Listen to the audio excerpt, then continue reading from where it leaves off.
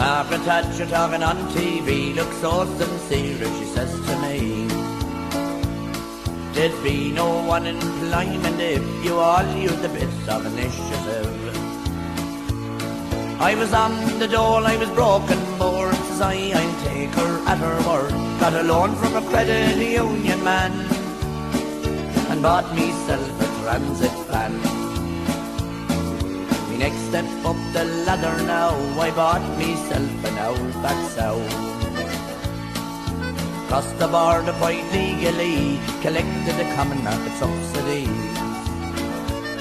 Signed all the forms, handed back the pen, smuggled the sow back home again. 10 times a day I'd work this plan, myself and the sow and the transit van. Travel sickness is so picked up, says I, it's time to diversify. Took all me money from the biscuit tin, filled the van to the roof with whiskey and gin. Around the south me wares I'd sell in public houses and hotels. There was never a guard or a customs man put his nose inside a transit van. At festivals and flairs and fairs, if the crack was good you'd find me there.